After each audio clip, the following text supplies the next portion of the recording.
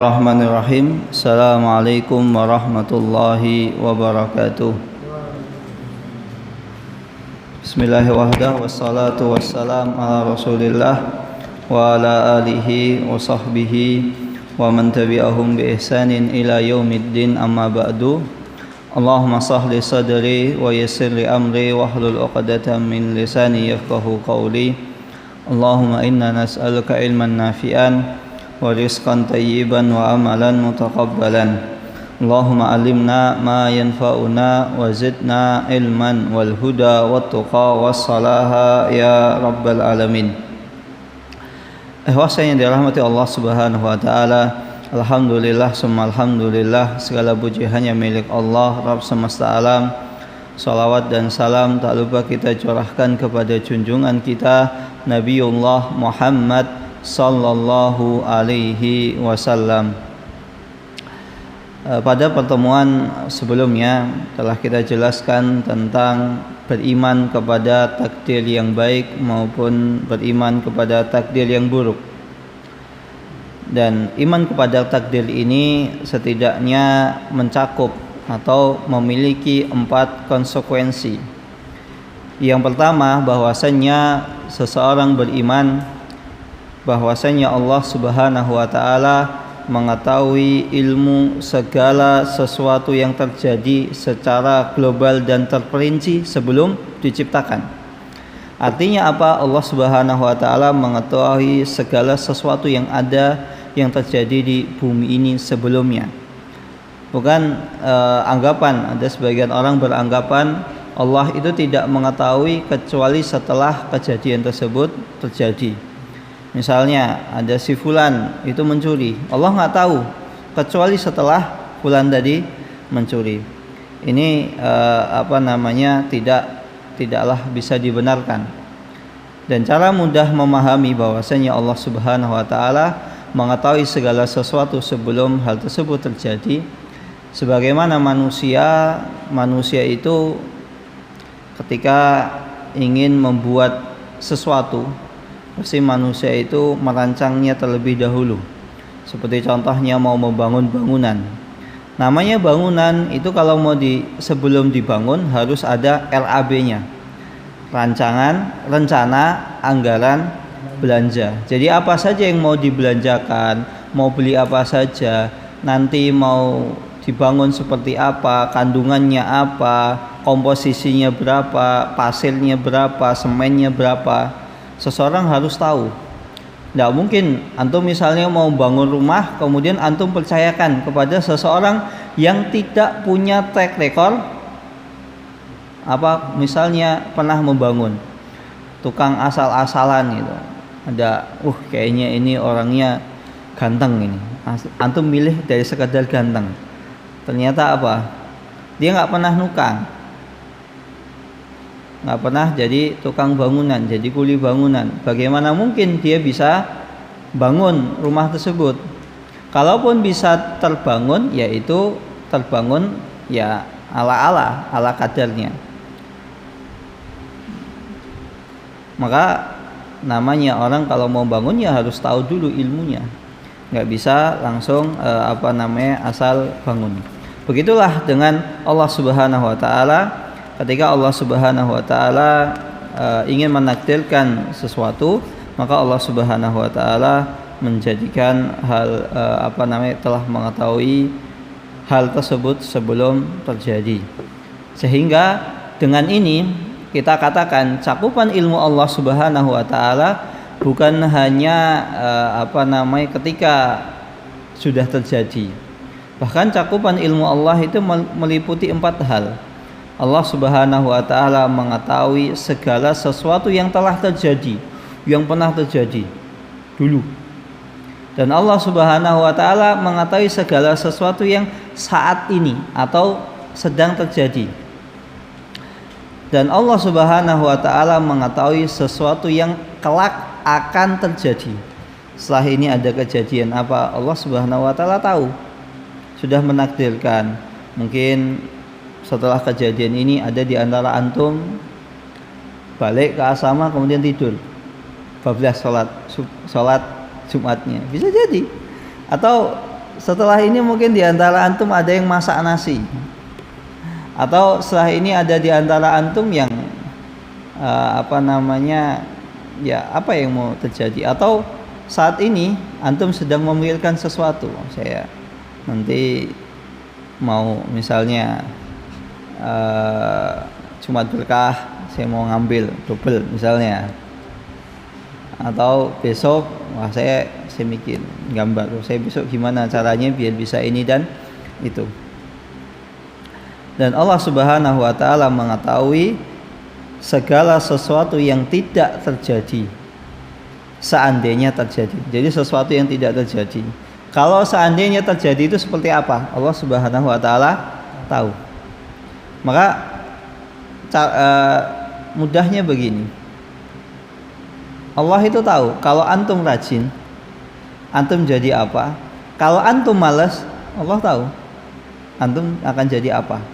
Sehingga Allah Subhanahu wa taala itu sudah menakdirkan kalau antum mau jadi orang rajin antum jadi seperti ini, kalau antum jadi orang malas maka antum menjadi demikian.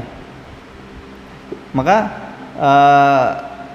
ketika ditanya apakah semua itu Allah takdirkan manusia itu semuanya sama, ada sebagian hal yang sebenarnya manusia itu semua takdirnya sama, tinggal manusia itu mau berusaha atau tidak. Maka tidak ada alasan saya tidak bisa. Kadang kan yang dijadikan alasan adalah kalau dia bisa, kenapa saya harus bisa? Nah, enggak. Sebenarnya bisa antum, cuman antum mungkin tidak mau, malas. Seperti contohnya, mungkin antum pernah mendapati seseorang yang mungkin dulu ketika satu kelas dengan antum orangnya malas, sering telat berangkat, sering absen, sering bolos dan lain sebagainya, sering izin. Tapi mungkin suatu ketika antum ketemu dengan orang tersebut, ya nggak tahu, silahkan nanti dilihat ya 10 tahun kemudian mungkin di antara teman antum tuh mungkin dulu waktu di LTQ malas-malasan. Siapa tahu setelah 10 tahun setelah ini orang tersebut itu menjadi orang yang sukses. Dan itu sering terjadi. Mungkin antum lihat teman antum tuh dulu malas, sering bolos, tapi sekarang sukses. Kenapa? Karena dia mau berusaha. Normalnya namanya, bahkan antum kan secara akademik antum dengan dia itu kan lebih pintar antum, ya kan? Padahal antum sudah rajin. Tapi ternyata ketika ketemu setelah sekian tahun, ternyata prestasi antum kalah sama orang tadi. Nah, itu menunjukkan bahwasannya sebenarnya kadar kita ini sama di sebagian hal, ya, nggak semua. Ada, dan terkadang juga ada yang seseorang yang Allah Subhanahu wa taala takdirkan itu pintar, cerdas. Coba bayangkan kalau dia nggak mau belajar, kira-kira mungkin nggak ada lagi yang satu. Kan biasanya kadang itu di kelas ya, di kelas itu ada tipe-tipe orang yang memang dia udah cerdas, pintar. Karena saking pintarnya, sekali dengar langsung paham. Akhirnya males. Coba kalau seandainya dia rajin, apa yang terjadi? Dia akan lebih cerdas dibanding dibanding saat ini. Tapi ketika dia males, ya yang terjadi ya harusnya orang cerdas itu sukses, tapi karena dia males jadi ya nggak sukses. Nah, begitulah. Allah Subhanahu wa taala tahu segala sesuatu yang tidak terjadi seandainya hal tersebut itu terjadi.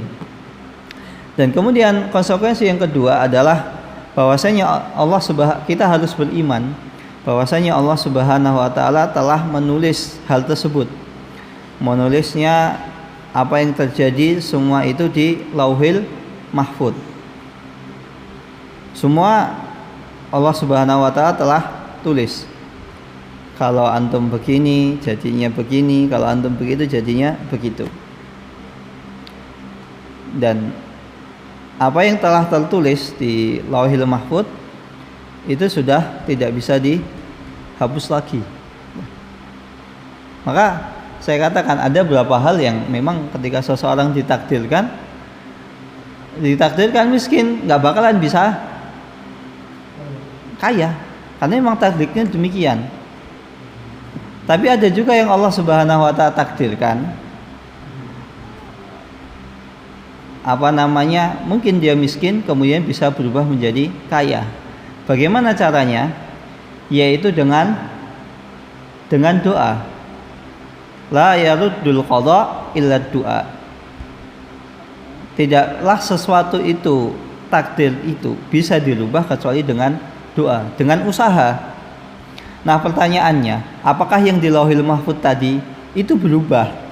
Kan tadi dikatakan bahwasannya di Lauhil Mahfuz kalau sudah tertulis itu nggak bisa dihapus lagi.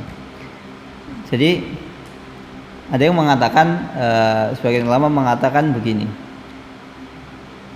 Sebenarnya yang ditulis di Lauhil Mahfuz itu ada dua pilihan. Kalau antum rajin, antum semangat, antum berusaha, jadinya ini. Tapi kalau antum misalnya malas, nggak mau berusaha, maka jadinya ini. Dan itu tidak bertentangan, karena semua itu sudah ditulis oleh Allah Subhanahu wa Ta'ala. Sebagaimana misalnya seseorang ketika membuat planning, kalau planning pertama A, kalau ini gagal, maka ada planning B. Nah, planning B begini, jalurnya begini dan begini. Nah, begitu juga dengan Lauhil Mahfuz. Wallahu ta'ala alam. Ala kulli hal, seseorang itu bisa merubah takdirnya ketika dia mau berusaha, berdoa, mendekatkan diri kepada Allah Subhanahu wa Ta'ala. Bahkan Syekh Abdul Razak mengatakan, takdir manusia itu sejatinya sama. Ketika seseorang itu di kitab astagfirullah, saya lupa nama kitabnya, karya Imam Muzani, Syarhus Sunnah lil Muzani. Nah, Syarhus Sunnah lil Muzani, beliau mengatakan takdir manusia itu sama. Kok bisa berubah? Kok bisa berbeda? Bisa berubah? Ada banyak faktor. Ketika seseorang itu misalnya contohnya dia bermaksiat, harusnya dia mendapatkan rezeki demikian. Tapi karena dia bermaksiat, akhirnya rezeki tersebut itu Allah kurangi. Atau bisa jadi ketika dia berbuat ketaatan, bertakwa, contohnya adalah hadis tentang silaturahmi. Seseorang ketika dia silaturahmi, maka dikatakan bisa memperluas rezekinya, wa yuthalahu fi atharihi. Jadi memperluas rezekinya, memperpanjang usianya. Nah, pertanyaannya, apakah usianya itu benar-benar bertambah menjadi panjang? Ada dua kemungkinan. Kemungkinan pertama, usianya memang tetap sama. Allah takdirkan sebagaimana di Lauhil Mahfuz 60 tahun. Tapi dengan usia 60 tahun tersebut, orang tersebut bisa mengisi dengan hal-hal kebaikan, keberkahan. Jadi seakan-akan usianya panjang. Sebagaimana antum semua di antara kita ini diberi waktu sama-sama 24 jam. Ada yang enggak 24 jam? Enggak. Semua sepakat. Antum sama-sama kesempatannya 24 jam dalam sehari. Ada di antara antum misalnya Bilal dalam 24 jam cuma bisa membaca Al-Quran 3 juz. Tapi misalnya Moreno dalam 24 jam bisa membaca Al-Quran 10 juz, menghafal matan Thalibul Ilmi 1 jilid. Ini misal. Padahal sama-sama 24 jam. Satunya apa? Satunya dalam waktu 24 jam bisa menyelesaikan banyak hal, banyak pekerjaan. Tapi satunya cuma bisa mengerjakan 1-2 pekerjaan. Ada di antara antum sama-sama 24 jam, ya ngafal bisa, murojaah bisa, setoran lagi bisa, nyuci masih sempet, masak nasi masih sempet, dan lain sebagainya. Tapi di antara antum setoran aja nggak sempet nggak bisa gitu loh. Sama, padahal kita ini sama 24 jam. Tadi itu makna pertama, 60 dalam waktu yang sama namun bisa mendapatkan keberkahan. Atau yang kedua, memang usianya itu benar-benar ditambah. Kayak contohnya, tadi dikatakan kalau seandainya orang tersebut itu berbuat ketaatan, maka akan ditambah. Di Lauhil Mahfuz itu ditulis, kalau dia mau taat, maka takdirnya demikian. Kalau dia misalnya bermaksiat, maka takdirnya jadi demikian. Jadi ketika antum bertakwa kepada Allah, berbuat baik, antum jangan takut. Rezeki antum, pekerjaan antum itu akan berkurang, enggak. Maka justru dengan antum misalnya seseorang bermaksiat, tidak bertakwa kepada Allah Subhanahu wa taala, rezekinya, ajalnya, takdirnya itu jadi berkurang, jadi jelek. Maka maksiat itu kan bisa menghalangi seseorang dari berbagai macam hal.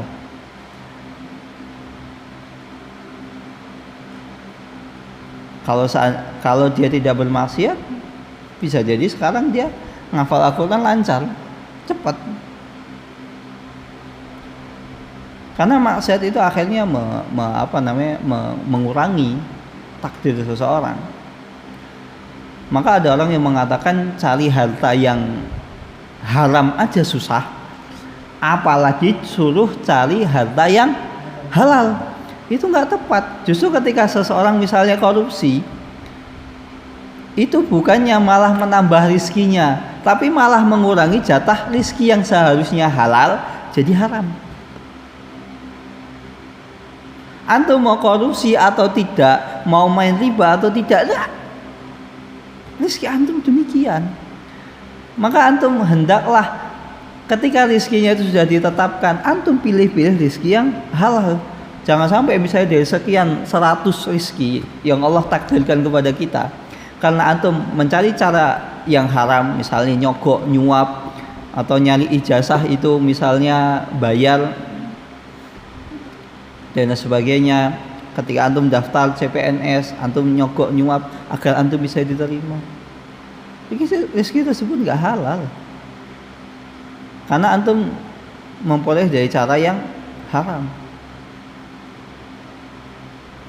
Maka jangan takut ketika seseorang, saya kalau nggak ini, saya gimana mau makan gitu loh. Burung ya. Saya mau katakan, burung itu punya akal nggak? Punya otak nggak? Otaknya ada, tapi nggak dipakai. Itu burung nggak punya akal bisa pergi pagi-pagi hari dalam keadaan perut keroncong, kosong, pulang dalam keadaan perut terisi dan bisa memberi makan anak burung. Bahkan anak burung yang kecil sekalipun dia tidak bisa terbang, tetap hidup kok. Ada burung sarangnya ada di misalnya di ketinggian. Tiba-tiba induk burung tersebut itu mungkin ketika sedang mencari makanan untuk anaknya tertembak, kemudian atau kalau zaman dulu ya kena ketapel. Antum masih main ketapel nggak? Enggak. Kalau zaman anak main ketapel. Jadi kadang ada misalnya ada burung-burung itu ketapel itu dolim ya. Tapi ya saya astagfirullah, ampunilah dosa kita. Jadi pernah suatu ketika saya main ketapel, tapi alhamdulillah saya main ketapel tuh nggak pernah bisa kena burung tuh. Ya mungkin itu ya yang Allah takdirkan kepada saya ya. Ngetapel burung tuh nggak pernah kena. Nah temen saya itu pernah ketika nemenin itu ngetapel burung, jatuh bruk, dan ternyata burung tersebut adalah jenis kelaminnya itu betina. Otomatis biasanya burung itu yang memberi makan adalah biasanya kan betina, induknya kan. Biasanya ya yang jantan ya juga. Tapi kan dominannya adalah yang betina. Dah, alhamdulillah burung tersebut itu tidak sampai mati. Akhirnya diambil, kemudian ditaruh di sangkar, dirawat.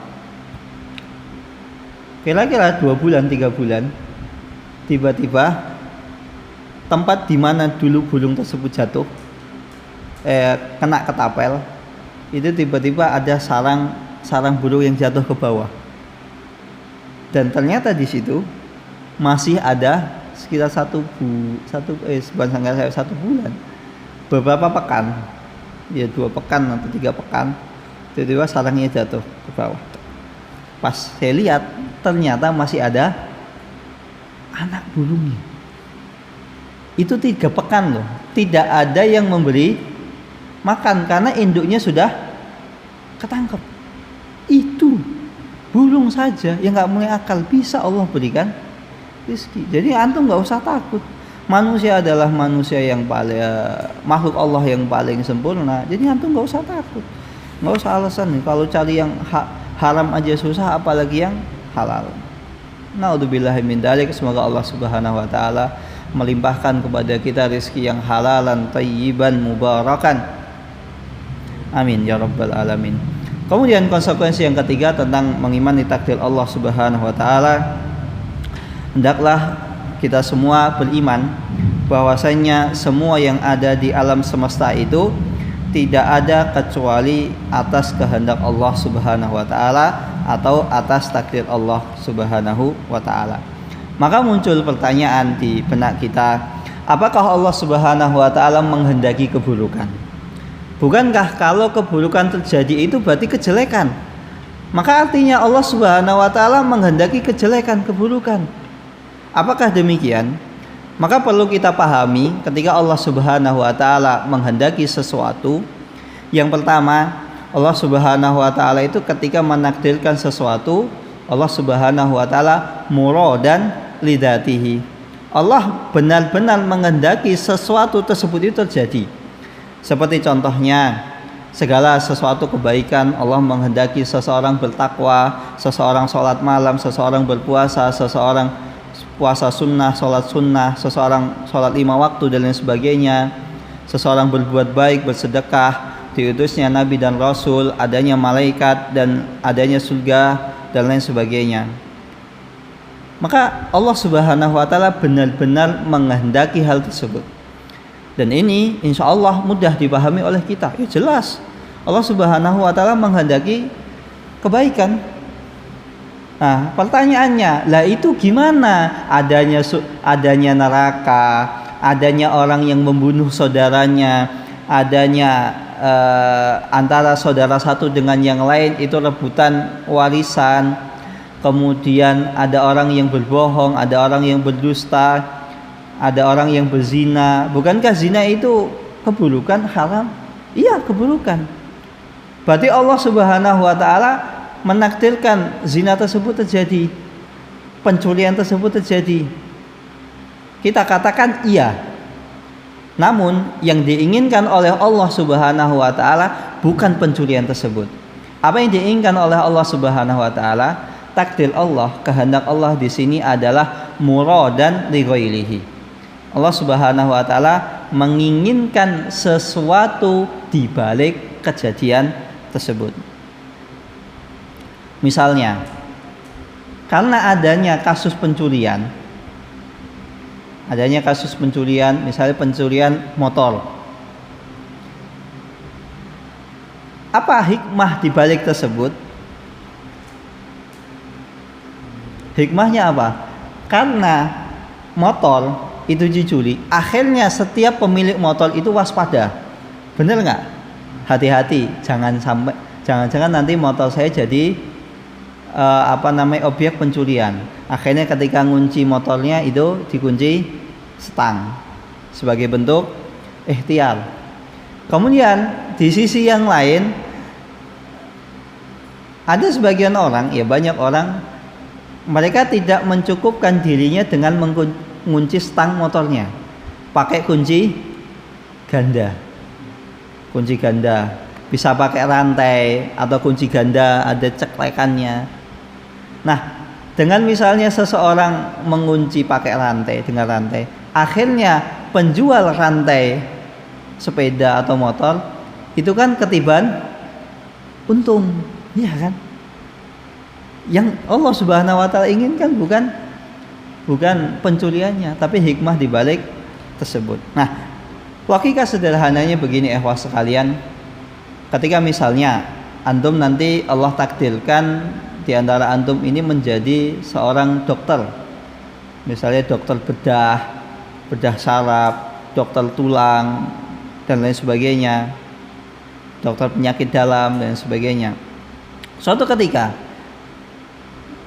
antum ini adalah seorang spesialis bedah dan Allah takdirkan ternyata ibu antum itu kakinya harus diamputasi atau tangannya diamputasi. Sekarang pertanyaannya, kira-kira antum tega nggak mengamputasi kaki ibu antum? Ibu sendiri? Nggak tega. Tapi permasalahannya, kalau nggak diamputasi, kankernya atau penyakitnya malah semakin menyebar. Pilihannya apa? Antum biarkan atau antum amputasi? Ya jelas diamputasi. Walaupun itu ibu sendiri, mau istri sendiri, anak sendiri, ya mau tidak mau harus dilakukan tindakan. Karena apa? Kebaikan, demi kebaikan, agar penyakitnya, agar kankernya itu tidak semakin menyebar. Pertanyaannya, ketika antum motong kaki ibu antum sendiri, itu kebaikan apa keburukan?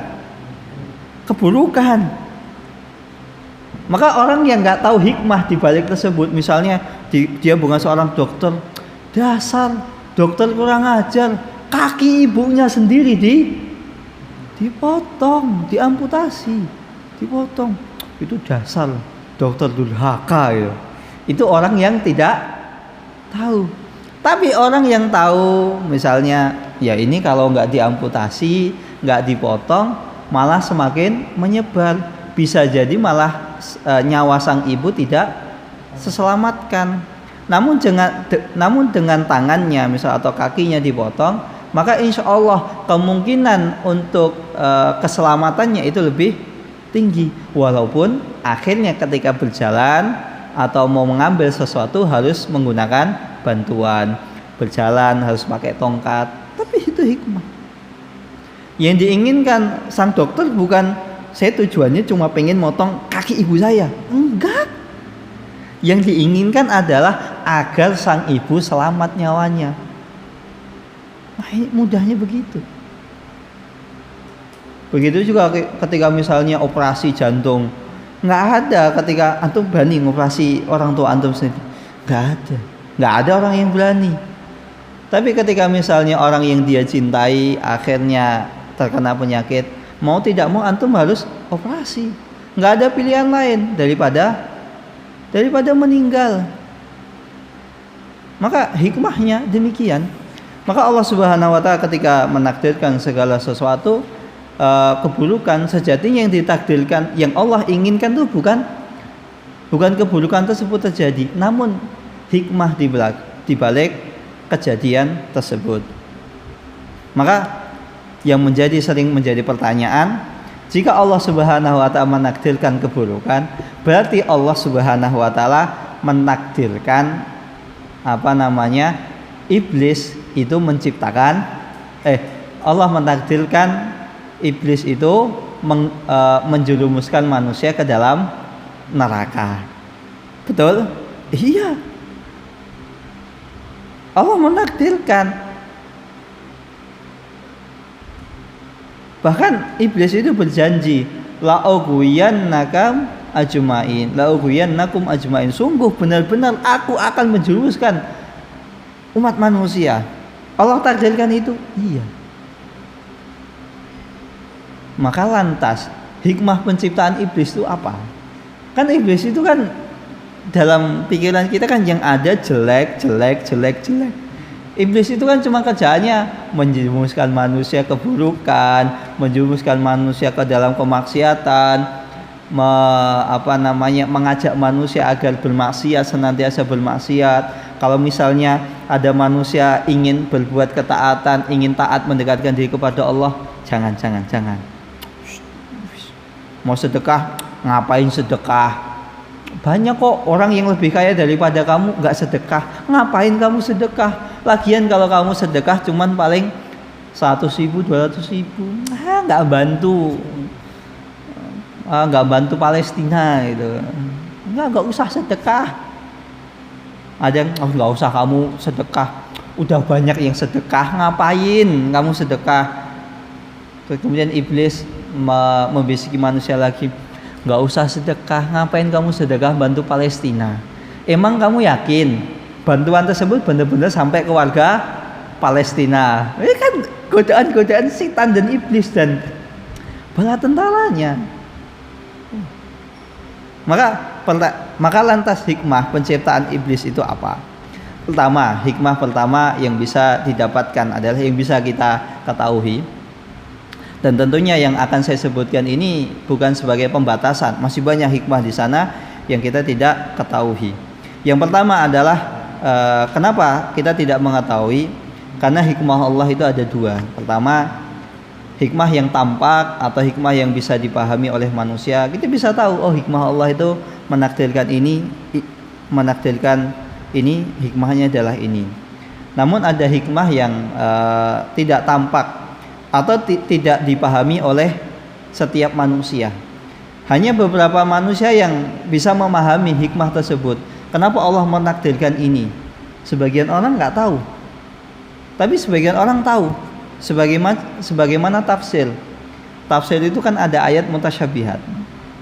Sebagian orang tahu, tapi sebagian enggak. Maka hikmahnya apa? Agar manusia itu gemar mencari ilmu. Sepintar-pintarnya manusia, di sana masih ada orang yang lebih pintar. Setinggi-tingginya langit, di sana masih ada langit. Agar manusia itu tidak berpuas diri dalam menuntut ilmu, dalam belajar. Nah, hikmah penciptaan iblis yang pertama adalah dengan adanya iblis itu bisa menguji manusia. Siapakah di antara manusia itu yang benar-benar taat atau cuma taatnya karena pencitraan? Siapakah di antara manusia itu yang benar-benar baik atau yang baik karena ada embel-embelnya? Saya baik sama kamu ya biar nanti siapa tahu kan kamu anak orang kaya gitu loh. Paling enggak kalau kamu nanti mewarisi perusahaan keluargamu, paling enggak kan saya bisa kerja di tempatmu. Walaupun misalnya ijazah saya ya cuman ijazah ala kadarnya, tapi saya bisa dapat jabatan lebih tinggi dibanding yang punya ijazah. Kan enggak tahu kan? Dengan adanya iblis, akhirnya seseorang bisa tahu, oh ternyata tujuannya ini. Kemudian dengan adanya iblis, maka Allah Subhanahu wa taala munculkan hamba-hambanya yang rela berkorban dengan hartanya. Ketika misalnya ada masalah, ada musibah, seperti contohnya penyerangan Zionis Israel ke Gaza. Ini kan adalah musibah, masalah.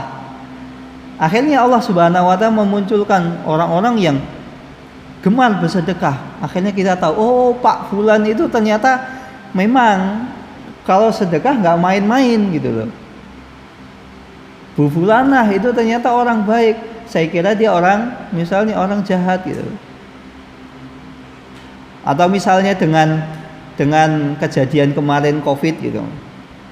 Kadang kan karyawan itu menganggap bosnya, atasannya itu kan jelek, jahat itu, ngurangin gajinya. Oh ternyata gaji saya ketika dikurangi ketika zaman misalnya kemarin pandemi COVID, oh ternyata gaji saya itu bukan masuk kantong bos saya, tapi ternyata apa? Gaji saya itu disisihkan untuk membantu orang-orang yang terdampak PHK. Jadi gaji saya ini nggak dipotong sebenarnya, tapi gaji saya ini disedekahkan. Ini kita tahu. Ada orang yang akhirnya berkorban dengan hartanya. Kemudian dengan adanya iblis, ada yang sebagian hamba yang berdosa kemudian mau bertaubat. Begitu juga Allah Subhanahu wa taala takdirkan Rasulullah SAW terjatuh dalam kesalahan. Akhirnya kita tahu apa? Bagaimana caranya ketika seseorang itu bertaubat. Seperti Nabi Yunus, Allah takdirkan masuk ke dalam perut ikan besar.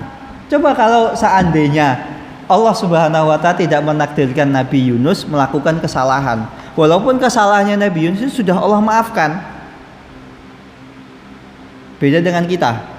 Ketika kita melakukan kesalahan, kita belum tentu Allah maafkan. Maka tidak boleh seseorang itu mencela kesalahan Nabi Yunus, atau kesalahan Nabi Adam, atau kesalahan Nabi Musa alaihissalam dan para nabi yang lain. Nggak boleh. Karena kesalahan para nabi itu sudah Allah maafkan. Namun Allah Subhanahu wa taala menakdirkan Nabi Yunus alaihissalam melakukan dosa agar kita tahu doa apa yang paling dekat kepada ijabah Allah. Bagaimana cara agar ketika seseorang terjatuh ke dalam maksiat, cara yang paling cepat agar Allah Subhanahu wa taala menerima taubatnya itu dengan apa? Subhanaka inni kuntu minadh-dhalimin. Dengan doa tersebut, dengan penuh kepasrahan, seorang hamba mengakui kesalahannya, akhirnya Allah Subhanahu wa taala ampuni dan Allah maafkan dosa tersebut. Coba seandainya Rasulullah SAW tidak pernah melakukan dosa, kita nggak tahu cara tobatnya gimana. Bagaimana kalau seandainya Rasulullah SAW tidak pernah ditakdirkan oleh Allah terkena sihirnya Labid bin Aqsam? Rasulullah benar-benar terkena sihir. Namun sihirnya Rasulullah SAW yang mengenai Rasulullah itu tidak seperti yang anggapan kita. Rasulullah menjadi gila, mempengaruhi wahyunya dan lain sebagainya. Tidak. Tapi bayangan penglihatan Rasulullah SAW itu hanya dirubah. Akhirnya kita tahu bagaimana menanggulangi ketika seseorang misalnya kena sihir, pakai apa doanya, bacaannya apa, bagaimana menanggulanginya. Nah, itu yang Allah Subhanahu wa taala inginkan. Dan begitu juga ketika seseorang berdosa, akhirnya Allah Subhanahu wa taala menampakkan rasa Al-Ghafurur Rahim. Coba kalau seandainya nggak ada orang yang berdosa, kita tahu artinya Allah Subhanahu wa taala mensifati dirinya dengan Al-Ghafur, padahal kita kan diperintahkan untuk mengimani setiap nama dan sifat Allah. Nah, kalau orang nggak ada yang melakukan dosa, bagaimana kita tahu bahwasanya Allah itu Al-Ghafur?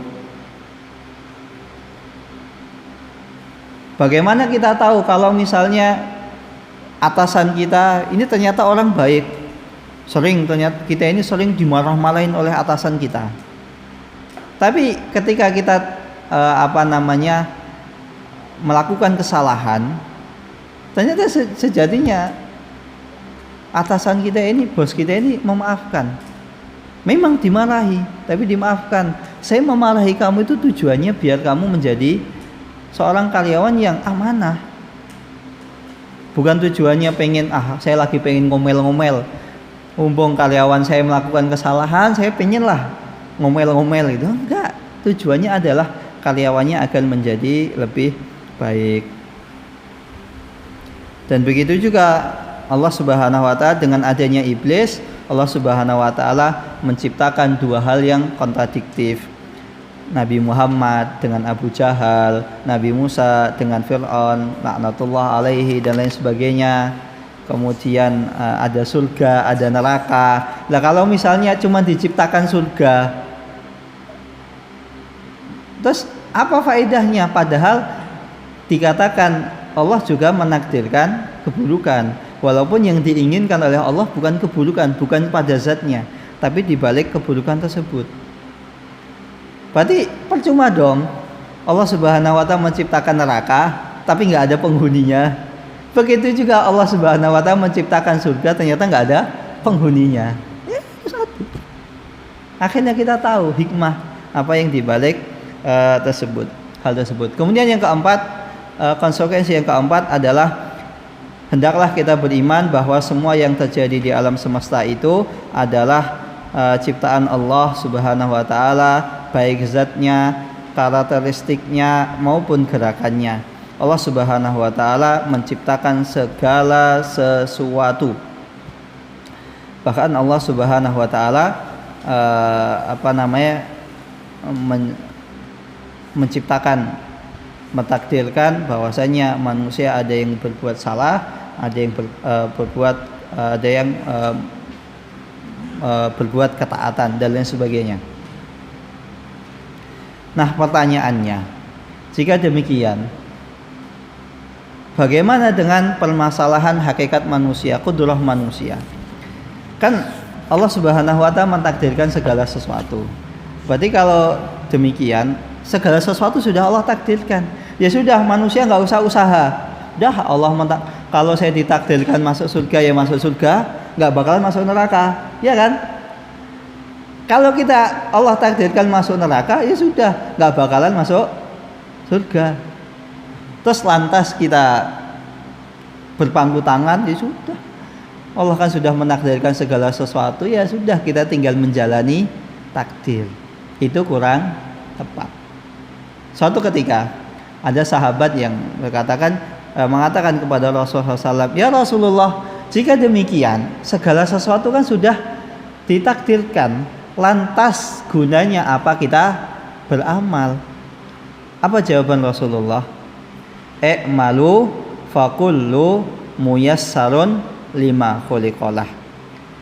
Tetaplah kalian beramal, tetaplah kalian berbuat kebaikan, tetaplah kalian taat kepada Allah Subhanahu wa taala, karena setiap manusia itu akan dimudahkan oleh Allah Subhanahu wa taala untuk mendekati takdir yang telah Allah Subhanahu wa taala tetapkan. Artinya apa? Manusia itu diberikan pilihan oleh Allah Subhanahu wa taala. Manusia punya kehendak, namun kehendak manusia itu tetap di bawah kehendak Allah Subhanahu wa taala. Kita mungkin, saya habis ini mau mau ini dan itu. Ternyata nggak jadi. Kenapa? Ada orang kejadian ketika pesawat Lion Air itu kan pernah beberapa kali terjatuh ya. Ada orang itu nangis gara-gara apa? Ketinggalan pesawat, nangis karena apa? Dia mau naiki pesawat tersebut karena mau meeting sama klien penting di pulau seberang. Waduh, rugi saya, nggak jadi untung. Udah rugi sekian M gitu. Sampai waktu itu ditulis di sosial media penyesalannya.